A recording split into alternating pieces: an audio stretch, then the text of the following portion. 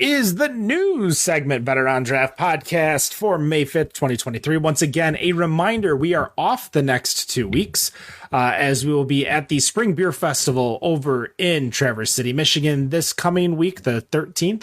And then the 19th and 20th, we will be at the World Expo of Beer. Go say hi to us if you do see us. My name is Ken. I'm currently still drinking a Mean Old Tom from the Maine Beer Company. Dan, what do you got over there? Well, we know you didn't get that from Maine Beer Co., but I am drinking my vodka soda that I haven't touched as of yet. And Nicholas, what do you got? Just cracked open the dark lager from The Alchemist. Such a good beer. I actually, I'm trading the some of the beers that I got from The Alchemist just because I'm not going to enjoy the Focal Banger and Heady Topper and that stuff, sadly.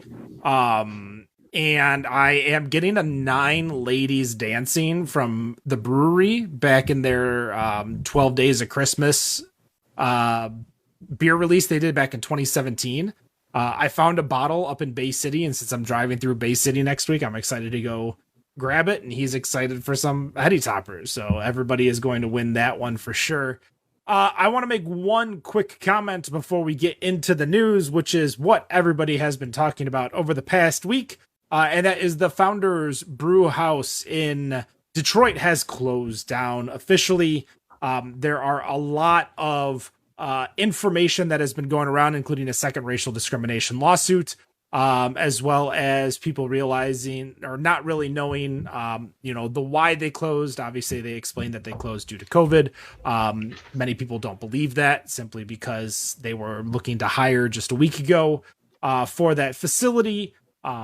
With that in mind, we will post in the show notes a link to a Brewbound article written by Jessica Infante. It's the same one we posted on our Facebook page that really covers everything from start to finish, including the first racial discrimination lawsuit with Tracy Rashad Evans. Go read that. They're going to do a much better job explaining it than me hammering on about this. But we, as Better on Draft, did not want to post about it because we do not post about founders. We rarely talk about founders on our show, but importantly, we did not want to post about the brew house closing because we felt that it was taking a victory lap on people who lost their job. Back of the house people, front of the house people, probably some salespeople in the area, kitchen people. Like there are a lot of innocent people here in this position, and we're not happy that they lost their job. There are a lot of breweries that are reaching out to these people, looking to see if they can scoop them up, whether they were a brewer, whether they were kitchen staff, whether they were front of the house. So please go to Facebook, post up in craft beer groups, talk to people, go to some of the local breweries. They are hiring. So go check that out. Boom. Done. Over with. Let's go to the news. Dan. Yeah. Lord knows the backlash I get when I drink a CBS on the show. So anyways, Monster Q1 net sales up 11.9% as Beast boosts booze division. So here we go. This is exactly what we thought was going to happen. Net sales totaled $1.7 billion in the period as pricing actions, tumbling freight costs, and cheaper aluminum cans helps boost the gross profit as a percentage of net sales to 52.8%, a full point higher than the same period in 2022. So I know we beat a dead horse with this, but it's a slow news week. But this really did catch my eye because I brought up the same brand probably 2 or 3 months ago. Be like, are people really going to buy, Monster Energy, like hard Monster Energy, whatever these would be, malt beverages, I guess, is what they would be. Is this where we're at now? We're always talking about beer being on the downslope. But RTDs, things like Monster Energy, hard alcohol beverages on the upslope. Is this where we're at now? Is this now the future as we're seeing Monster getting almost 12% in net increases over this kind of brand? I think, I'm going to make a statement that I think you guys will potentially agree with. And I'm going to say that Henry's and Not Your Father's were ahead of the game, and it's going to ruin their market share because they were ahead of the game. they're ahead of their time. Ahead of their time, yeah. Yeah. Okay, that makes sense. That makes more So sense. if a Henry or say a Not Your Father's came out now, do you think they'd be kicking the crap out of Monster? Oh, for sure. Beast, or If you can get like Barks or an A&W Not Your Father's type root beer sponsorship where you have name recognition already, you will probably blow the hard soda game open wide to the point where literally every single soda company is not going to look for, you know, a Jack and Coke RTD. They're going to look for a Coke FMB. They're going to look for a Sprite FMB or Starry or whatever is the new one. Like they're going to, and I think you're seeing that now with Mountain Dew. Mountain Dew FMBs and seltzers are, you know, cornering the market because everybody knows Baja Blast, and everybody wants Baja Blast as a hard drink, you know, if they're not already doing it, going to Taco Bell and mixing in something after the fact.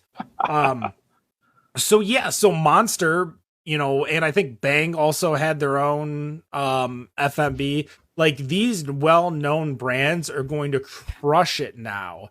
But unless you have a known brand, you need a flavor that does not exist. And you know it could be a easy drop for some company to rent out the name, I guess you could say, is that if you could pull off, especially if you could do it at Brew Detroit, a Faygo oh boy, FMB line. I'm surprised that hasn't been done yet. Well, could you imagine? Oh, for sure. I mean, a Rock and Rye FMB or a Red Pop FMB. Those are the only two you'd have to do. Oh, yeah. Wait, go ahead. I'm a Blue Moon Mist guy. That's kind of like my favorite. I think Moon Mist is a... is that the Mountain Dew? Yeah, that's the Mountain Dew-ish one. I think Blue Moon Mist is like a blue raspberry or something like that version of it. But if you get... You either need a flavor that doesn't exist. So if you could figure out like a Rock and Rye flavor, like Not Your Father's could come in with a Rock and Rye flavor and probably corner, you know, an explosion in the market. The same with Red Pop. Like those two, I think you could really do something different. But again, I think the originators, quote unquote originators, obviously we've had hard soda for a while, but Henry's and Not Your Father's were just too early, too soon. And then they can't compete because the bigger brands are just going to be able to outpace them. I mean, remember when Not Your Father's came out, root beer, and you couldn't get it anywhere because it was sold out everywhere. It sell out immediately. They couldn't produce it. And now you could probably find it on any shelf that you wanted to if you were looking for it.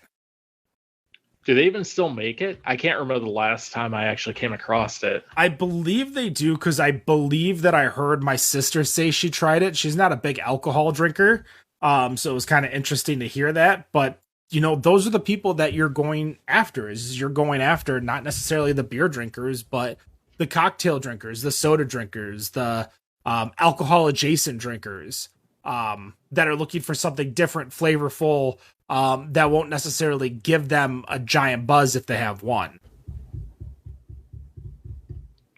Nick, what are your thoughts? I wonder if you can get these things at like the motocross events where it's sponsored by Monster Energy. Because that's a good idea. Because you see, I mean, they fill in stadiums for those events. I'm not talking like, 10 to 15. I mean, we're talking like Ford Field size venues. And I figured that would probably be a good way to kind of help boost sales even more if you can get away with selling it there somehow. I think, you would need to have it with some type of, because Monster is, I believe it's made at Canarchy. I believe it is. Yeah. So you would Monster makes a Canarchy. So you FMB. would need to, be somewhere where that Monster contract is. But again, are you going to be able to, as Canarchy, outbid Budweiser or Molson Coors for those spots? Maybe in 2023, but prior to 2023 would be a different story. But I don't want to touch that. Molson Coors, Labatt, like any other, it doesn't make, even Budweiser, they're still making billions and trillions of dollars. Oh, absolutely. And it'll be very, very difficult to to overtop that, especially at like a football game, for example, but at like an event that's sponsored by Monster Energy. The problem is those arenas have those contracts. They have those deals, yeah. But I wonder if they could be willing to make like a one-time exception. I don't know. I doubt it, because then you're cutting into their beer. I mean, figure out a way to make a deal. Okay, we'll allow you to do this, but you got to give us. You have to pay us a cut. You got to give us a cut. And if I was, the Ford family owning Ford Field, and I had that on the table when I know 60,000 people are going to be at Ford Field to watch Supercross every March, I'd make that deal. To get a couple extra bucks in my pocket, I'd be willing to do that. I don't know. That's just me, though. But there's definitely a lot of red tape and a lot of money that I know. Stop people I know. from. But I think this is. I think I agree with your initial statement. If they tried doing this 4 or 5 years ago, when those when Not Your Father's was still relevant, it would probably see a very, very different fate. But now, fast forward to 2023, where we're starting to see RTDs be more and more popular, especially with some of us on this show, because we've had some pretty good ones. I think they probably jumped into the market at the right time. Now it's a question of, can they retain and keep growing from there? That's the answer that we probably won't know for a couple of years. Well, I think, as Dan said, this is up from 2022, so they're still moving. They're still moving in the right direction. They're 12%. They're moving in the right direction. It's I'd be very curious to see what happens at the same time next year. If they keep growing at that 10 to 12%, or if we start seeing it slow down a little bit. I think they will they will slow down at some point, but it's a matter of when. So the thing is, we're at that point where everyone and their mother is coming in with their own RTD now. Mm-hmm. So you can't walk through the store without tripping over everyone's brand of RTD. Well, I mean, that's Ocean Spray has an RTD right now too. Ocean Spray has an RTD? Yes. What about Sunny D? Can we get Sunny D and 151 RTDs? Sunny D screwdriver? But yeah, some of these are going to fall off. They're not obviously all going to be a hit. So some of them are going to go away, and we'll have to see who goes away and who sticks around. Oh my gosh. And who succeeds after that. Yeah, there is a Sunny D. Sparkling cranberry. Well, that's the Ocean Spray. There is a Sunny D hard seltzer. Oh, stop it. There is. Yeah, there is a Sunny D hard seltzer. Obviously, there's no way that someone's going to call it Sunny D and it not be a Sunny D. Does Corona make it? Because that's the first thing that came up. No, that can't be. It just says sunnydcocktails.com. I don't know who's making it, but I can get it at Total Wine. So here we go. Here we go. Sunny D vodka seltzer. Total Wine. There it is. Yeah, so I don't know who's making it, but yeah, I mean, this is where even if you're getting flash in the pan sales, like you'll take advantage of it for now when it's no longer there. Kind of like how the hazy game kind of started off here in Michigan, where everybody was making it, and then like a handful of the distribution ones stayed in the game, and the rest kind of disappeared. Bailey's makes it. Yeah, Bailey's makes it. Okay, no, not Bailey's. Daly's. Like the ones that do all the margarita mixes and all that, the pina colada mixes. So I suppose that makes sense. Yeah, I think everyone's going to get into the game. Who's ready for the Kool-Aid RTD? Well, let me look that one up. Kool-Aid RTD. Please tell me there's one out there. I mean, I feel like Kool-Aid. Oh my God, what is this? I feel like Kool-Aid's just also like known for the mix for Jungle Juice. So I don't know if anybody's going to actually make. They have an energy drink. Yeah, let's say it's you can go to the vitamin shop and get a Kool-Aid energy drink. That's why I panicked. I'm like, oh no, it actually came up with hits. Oh my goodness. So never mind. Oh boy. Yeah. Oh man. Well, Nick, what kind of article do you have for us today? Well, to Dan's point, it really is a slow news week, but I thought this was kind of interesting. I know Ken likes Lebanese food. Dan, do you like Lebanese food? Oh, yeah. You like Lebanese? All right. Ken, I know you like naan bread. I love naan bread. Dan, do you like naan bread? I do. All right. Well, just recently at the London Beer Competition, Crumbs Brewing entered a beer using, and I quote, wonky and unsold naan bread into the international lager category. And they walked away with a silver medal at the London Beer Competition. So they use naan bread to create a lager, and it turned out to be a success. Not sure how, I'm not sure if it really tastes like naan bread, but I'm not sure how they would use actual bread in the brewing process. I'm guessing it's in turn, instead of using like grains and stuff, they probably just use the bread. Is my guess. Yeah, maybe. Sid Patel of the Beverage Trade Network, who organizes the London Beer Competition, says, and I quote, "The beer revolution has brought us many different styles previously either unknown or refound." And this is definitely one of those unknown or refound approaches.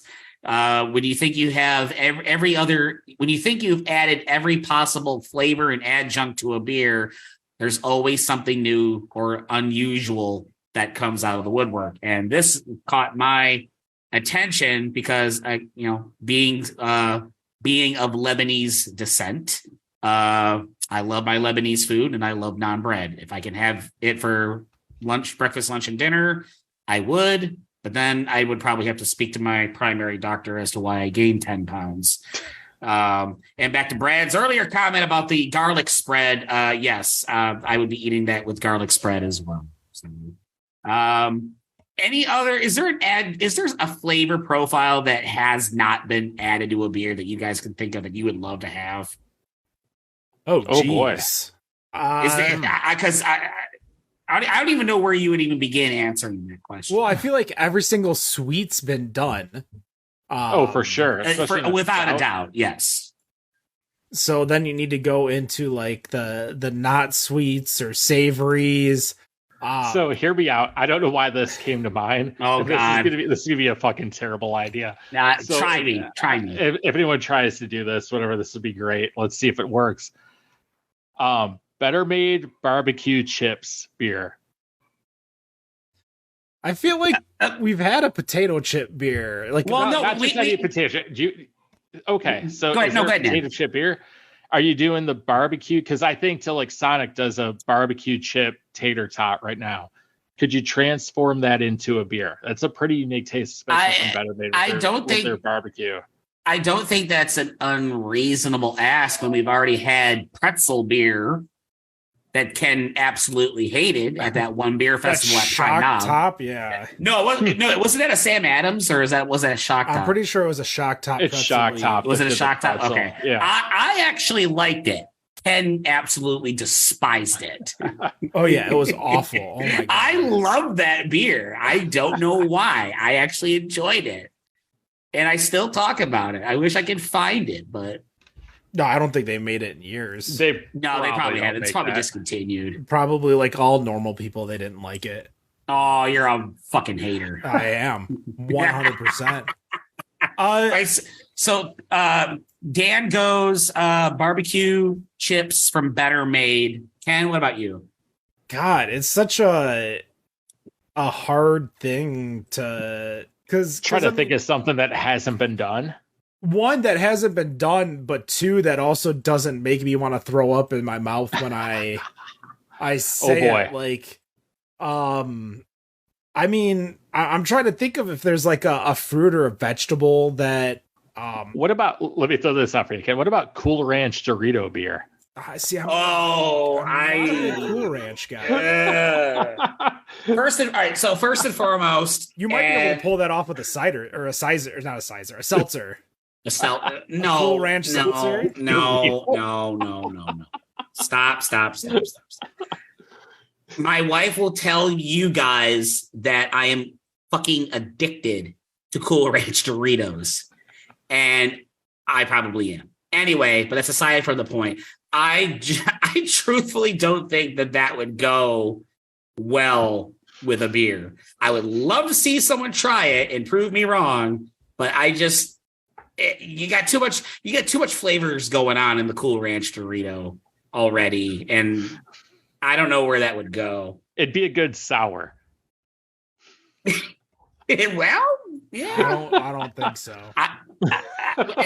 It'll definitely be something. I don't know what it is, and frankly, I don't want to know. And if I were working at a brewery and my head brewer was going to make that, I would not want to be the guy that has to clean the tanks. That guy might get fired. That guy might get fired, or that guy might just quit his job before he even has to do anything.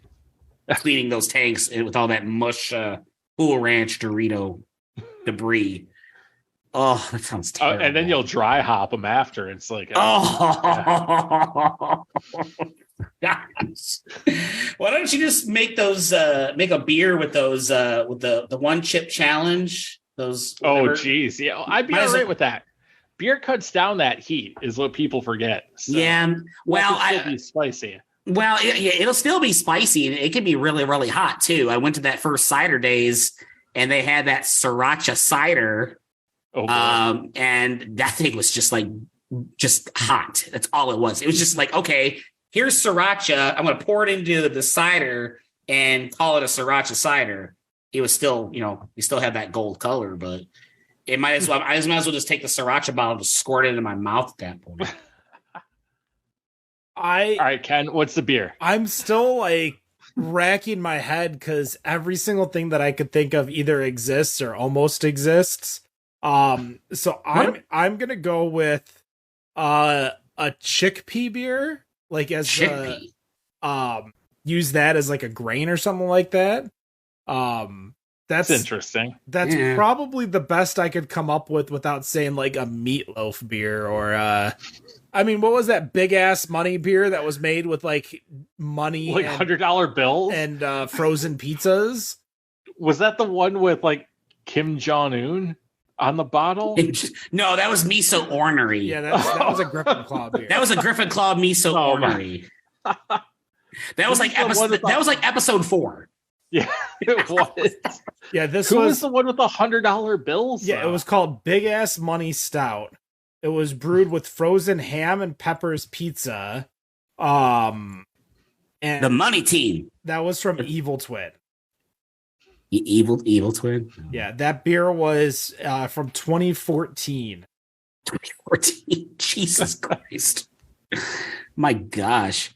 I'm going to make a beer with $2 bills? $2 and Susan B. Anthony dollars. Susan B. Oh my gosh! What do you think they like make beer like a Butterfinger beer like the candy bar? Oh, do you think that's out there? I'm sure if you literally got to just be typed one in Butterfinger beer, you're probably gonna find like a bunch of beers either named Butterfinger or named like peanut butter. Oh, there's a million. Yeah. Let's see, Butterfinger. Oh yeah, beer. in fact, Wren House out here did where they literally crushed up like cases of Butterfingers and threw them in. It was so good. Well, I mean, look at what Coonan does every year with their Breakfast of Champions when they make beers with breakfast cereals, or there was a few that Essentia did, like Spooltorf, which makes a hazy IPA out of Fruit Loops. Like, I feel like almost everything's been done to the point where that's why we get stuff like HVAC water beer and running out of ideas. Yeah.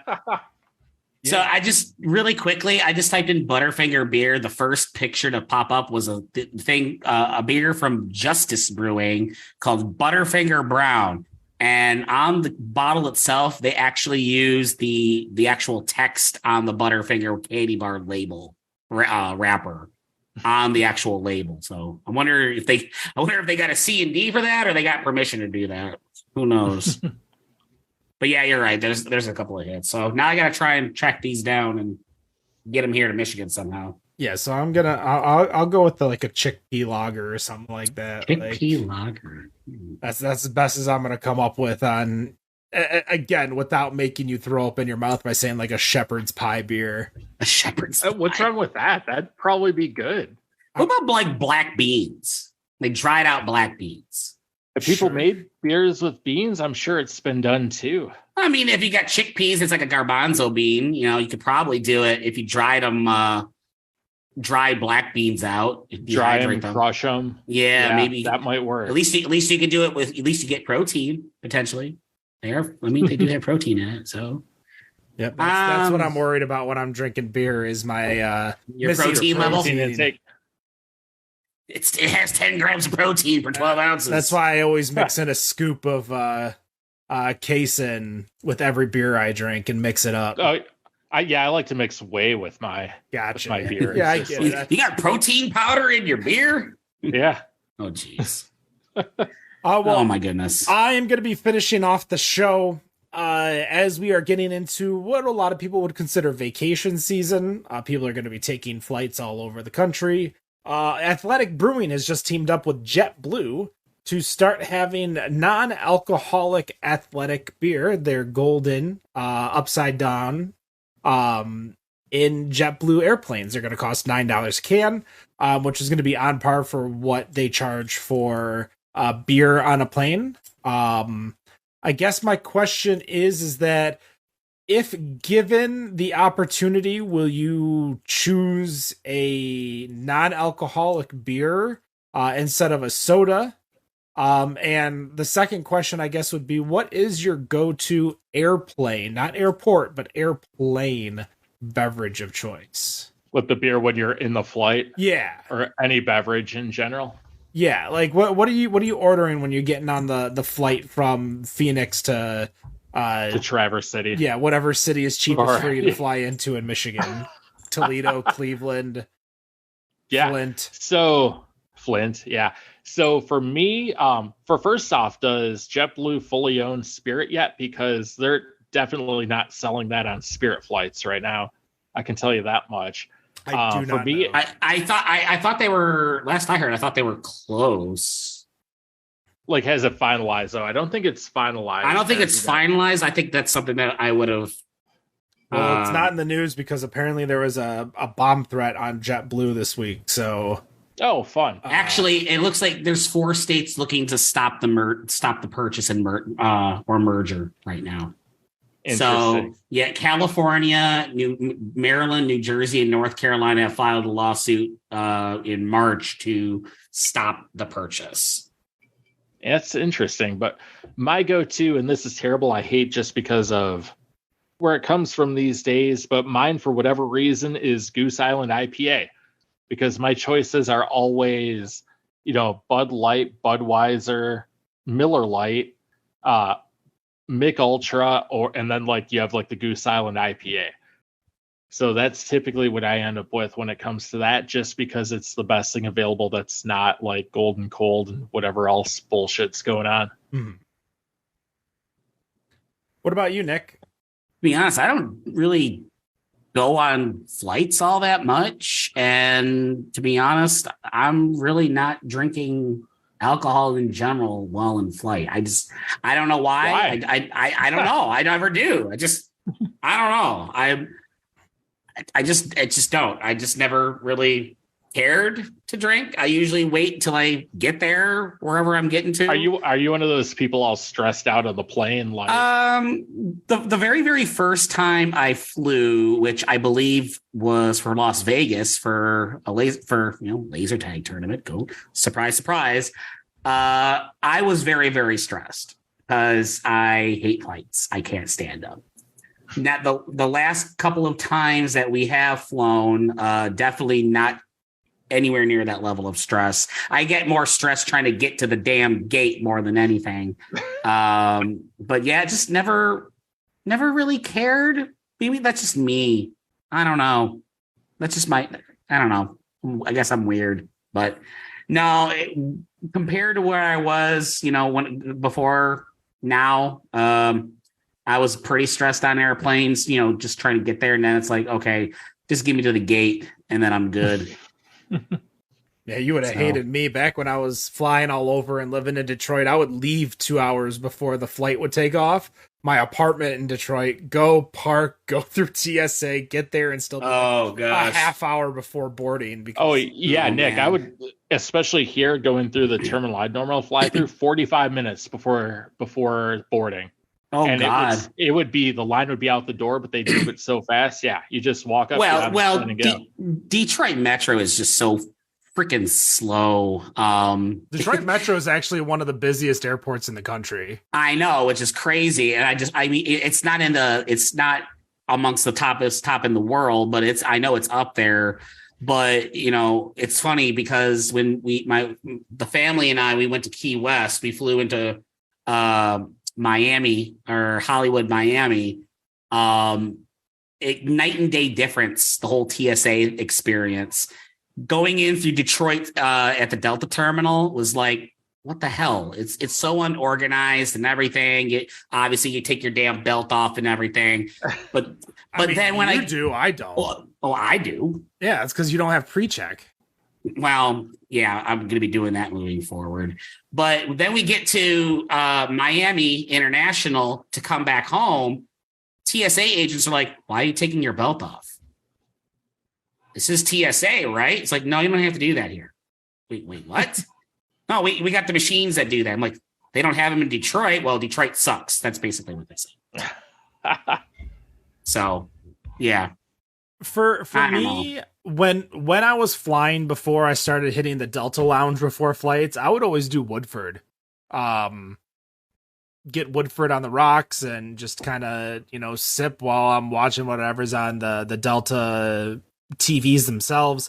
Usually because, as Dan says, like the beer choices are very limited, usually very bad. Oh yeah, that is without a doubt. So like I'll usually do like a double Woodford if it's a long flight, like I'm flying out to Vegas or I'm flying to, Dallas or somewhere, like I might do two doubles. But now, like when I went to meet up Dan over in San Antonio, I was getting drunk at the Delta Lounge and then sobering up because I knew I had to drive when I got to San Antonio. So I'm like, you know what? I'll have 4 or 5 beers at the Delta Lounge and then sober up on my flight all the way down to San Antonio and just drink some water or coffee or soda on the way. But yeah, I don't think I would really drink an NA. Like if I'm drinking an NA these days, it's usually to cut in between beers, meaning like I'm going long and hard for a day. Now, like I wouldn't drink an NA to not drink an NA, but I mean, I love the opportunity that a lot of people are going to be able to, if they want to partake, especially if they're going to like Vegas with friends or something like that, and everyone's drinking, and they're maybe the person that has to drive when they get to the airport, that they can kind of partake and have a beer because it's the social aspect more than anything. The social aspect on the airplane. Oh my God, Dan, have you never partied on an airplane before? No, I have. You weren't there in 2003, especially. No, I wasn't. Oh Lord, we got stories about that. Yeah. No, I get it, but especially on Spirit, what else are you gonna do? Be depressed? Well, that's the funny thing too, is people drink excessively on those airlines. Like I think about we flew Allegiant to Vegas and like they're like, have your cards ready because it's only a 45-minute flight.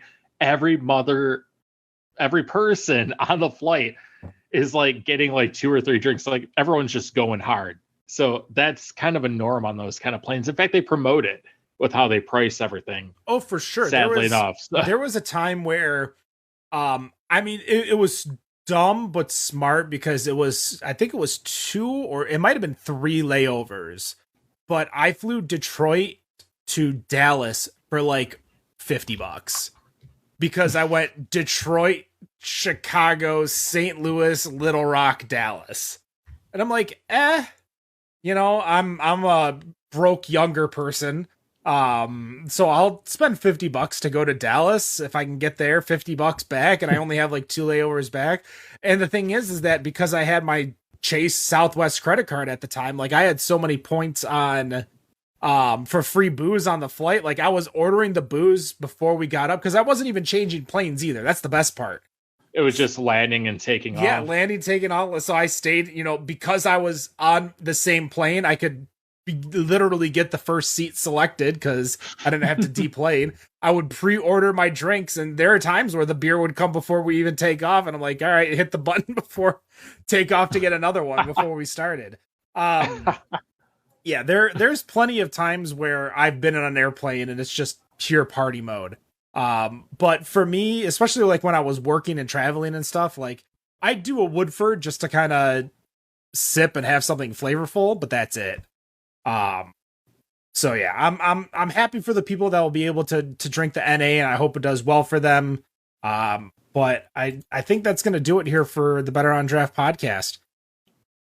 It's the May 5th episode. We're off the next 2 weeks, which means we will be back May 26th with the, I believe, VP of Atwater Brewing.